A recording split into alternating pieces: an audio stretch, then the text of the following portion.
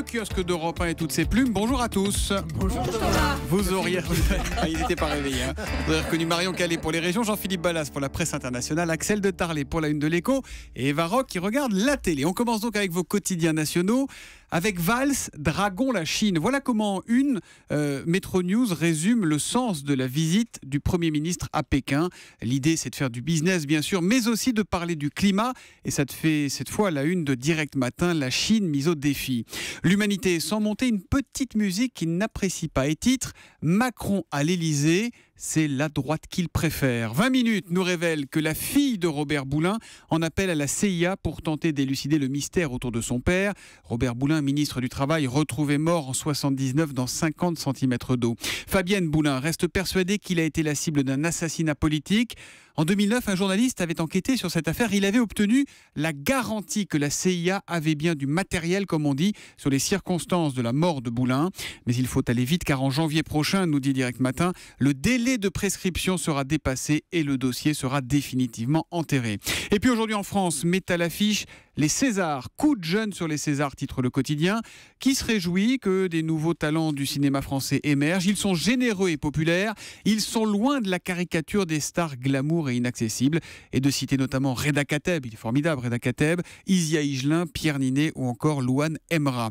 Pas besoin d'attendre la cérémonie du 20 février pour vous annoncer que le César de la reine de la presse régionale est attribué à Marion Calais. Bravo.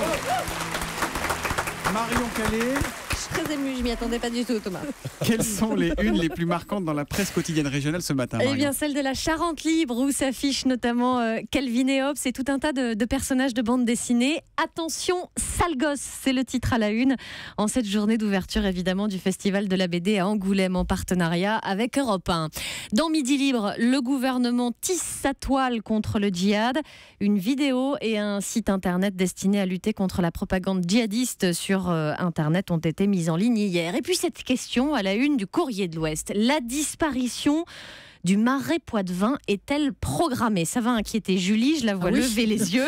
Si la thèse des chercheurs... Alors voilà, si la thèse des chercheurs américains de Harvard est correcte, eh bien avec la montée du niveau des océans d'1 mètre en un siècle, il y a le temps Julie, le site serait envahi par la mer, plus de Marais Poitevin donc.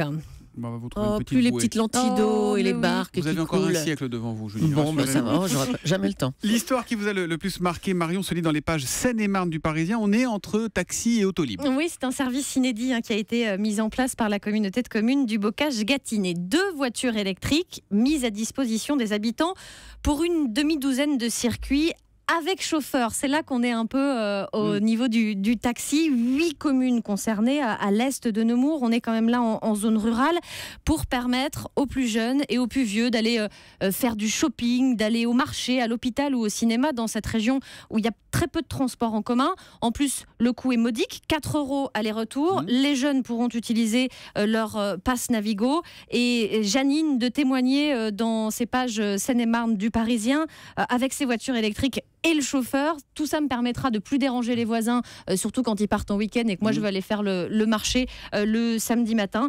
Ça permettra d'être un peu plus autonome. Voilà donc ce service qui est une première en région parisienne et à l'échelle nationale. C'est donc à Vaux en Seine-et-Marne. Et on souhaite bon anniversaire aux Autolib qui fêtent leurs 3 ans aujourd'hui à Paris et en banlieue parisienne.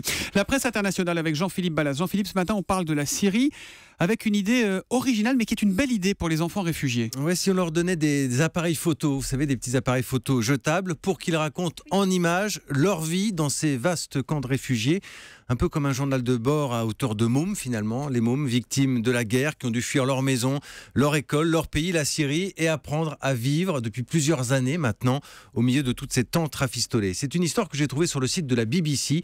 D'ailleurs, on vous a mis le lien sur le compte Twitter d'Europe 1 et également dans le quotidien du Liban, L'Orient, Le Jour. C'est une idée de l'UNICEF et d'une ONG, Zakira, qui ont ainsi distribué 500 appareils photo en proposant aux petits Syriens d'en faire un documentaire et une expo. C'est aussi un témoignage pour l'histoire, parce qu'on ne sait pas ce qui se passe dans ces camps. Et le résultat, Thomas, est assez formidable. J'ai retenu quelques images. D'abord, il y a un gosse pieds nus sur une balançoire de fortune. Il y en a un autre qui sourit, qui rigole en se lavant dans une bassine. Il y a aussi la fierté de ces petits photographes qui découvrent leur travail encadré, exposé, vu par les adultes. Et puis il y a aussi leurs paroles. Quand je prends les gens en photo, ça les rend heureux et on est heureux tous ensemble. C'est ce que dit simplement la petite Iba. Un appareil photo, c'est plus utile qu'un fusil, c'est ce que explique Omar. C'est un mélange d'espoir, de détresse aussi qu'on voit dans ces reportages pour tous ces gamins. Ils rêvent évidemment un jour de rentrer chez eux. Omar raconte qu'il a pris notamment une photo de son petit frère devant une tente. Comme ça, quand on sera de retour dans notre maison, un jour je lui montrerai. Ce sera un peu comme un souvenir. C'est tout ce qu'on leur souhaite. Voilà, formidable initiative de l'UNICEF, notamment racontée par Jean-Philippe Ballas. Ceux qui l'aiment prendront le train et pour une fois, il va y avoir du monde dans les TGV. Axel de Tarlé, la SNCF lance le TGV illimité pour 60 € par mois, c'est à lire dans les Échos. Évidemment, comme ça, c'est tentant. Ah oui. Voilà, c'est très tentant, mais il y a 2 énormes mais avec cette offre fantastique. D'abord, ça ne concerne que les ID-TGV, donc pas tous les TGV normaux. Premier bémol. Deuxième bémol, cette offre ne fonctionne que sur les trajets de plus de 3 heures. Donc vous voyez, la SNCF veut pas... Bah oui, parce que tous les gens qui font Paris-Lille, Paris-Lyon, Paris-Strasbourg, tout ça, ça ne marche pas. Voilà. Donc c'est quoi, ça s'appelle une campagne de pub ou quoi? Non, ça marche sur Paris-Marseille, ça marche sur Paris-Quimperlé, ça marche sur Paris-Hendaye. Et en fait, pourquoi la SNCF fait-elle ça?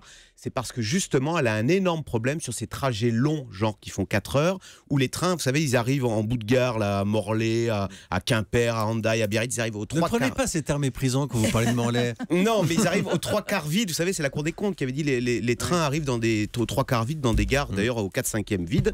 Et donc la SNCF veut relancer ces trajets longs où la voiture règne en maître. Puisque sur les trajets longs, 70% des gens prennent la voiture. Mais vous dites 60 € par mois, c'est quand même un budget, non? Oui, alors c'est vrai que si vous multipliez par 12, ça fait 720 € par an. Oui, c'est très cher. Mais oui, mais alors la SNCF dit, écoutez, c'est le prix d'un plein d'essence. Donc vous voyez, elle est vraiment cohérente.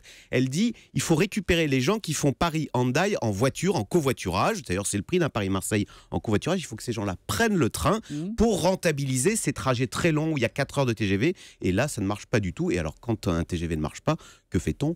On baisse les prix. Voilà. C'est l'expérience espagnole. En 2013, les Espagnols ont baissé les prix du TGV de 20%.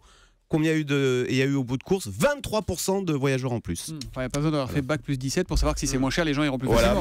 Oui, mais la SNCF a augmenté ses prix, plus 2,6% cette année. C'est vrai. En tout cas, c'est déjà lancé ou c'est en cours de Alors, voilà, ils le lancent. Et en plus, il faut se dépêcher parce qu'il n'y a que 10 000. Alors, ils disent, vous savez, ça c'est un coup de promo. Ils disent, il y a que 10 000 au début. Il n'y a que 10 000. Il n'y en aura pas pour tout le monde. 10 000 abonnements. Il n'y en aura pas pour tout le monde. Mais vous allez voir, il y en aura pour tout le monde. Voilà, c'est donc à lire dans les Échos ce matin. Ce soir, Eva Rock rechute. Un peu comme tous les jeudis. Elle nous propose de regarder Duel sur France 5 à 21h35. Il faut dire que le thème de ce soir est particulièrement savoureux. Sous-titre, Giscard Chirac incompatible. 3 petits points. Donc vous avez tout compris. C'est un flashback sur les 40 années de rivalité entre les deux hommes. Alors à coup d'archives étonnantes et révélation des témoins de cette bataille politique. L'histoire pourtant avait bien commencé entre eux. En 1974, Giscard est élu président. Il nomme Chirac Premier ministre. Un couple mais idyllique, seulement en apparence. Certains n'y croient pas beaucoup, comme Claude Pierre Brossolette, qui est secrétaire général de l'Élysée. Ils étaient comme deux jeunes mariés, n'est-ce pas? Jacques Chirac me demandait quel est le tailleur du président, il est tellement mieux habillé que moi. Et le président me disait, c'est vraiment, on a de la chance, ce Premier ministre, qu'est-ce qu'il est gentil, qu'est-ce qu'il est prévenant, qu'est-ce qu'il est rapide. Voilà, alors l'histoire d'amour n'a pas duré, ça, vous le savez. Entre l'Élysée et Matignon, c'est quand même souvent des histoires d'amour qui finissent mal. Très très mal. Mais alors là, ça a duré que quelques mois. Puis après, ça a été les premières trahisons. La trahison suprême datant évidemment de 1980. Chirac, président du RPR, dîne avec François Mitterrand. Vous vous souvenez de ce passage croustillant. Et sujet du soir, comment empêcher Giscard de gagner la présidentielle de 1981. Et alors, on découvre toute la logistique du RPR qui a été utilisée entre les deux tours pour appeler les adhérents à voter Mitterrand. Confirmation de Bernard Ponce. Au niveau des responsables nationaux, à l'exception de quelques-uns, tout le monde a fait tout ce qu'il fallait pour que Giscard perde. Et voilà. Et alors en 2007, les deux hommes se retrouvent à la table du Conseil constitutionnel. Et bien ils continuent de s'ignorer. Ils évitent même de se serrer la main. Le documentaire est croustillant. Vous n'entendez pas forcément la voix de Giscard et de Chirac avec des petites phrases assassines. C'est surtout l'entourage qui raconte ça. C'est le décryptage qui est intéressant. Et on se surprend même à rire devant certaines scènes que je peux pas vous mettre évidemment parce que tout est visuel. Les regards assassins de Chirac à l'égard de Giscard pendant des cérémonies officielles, ça vaut son pesant d'or. Je t'aime moi non plus. Giscard Chirac incompatible, c'est Duel, c'est sur France 5 et c'est ce soir à 21h35, rideau sur le kiosque.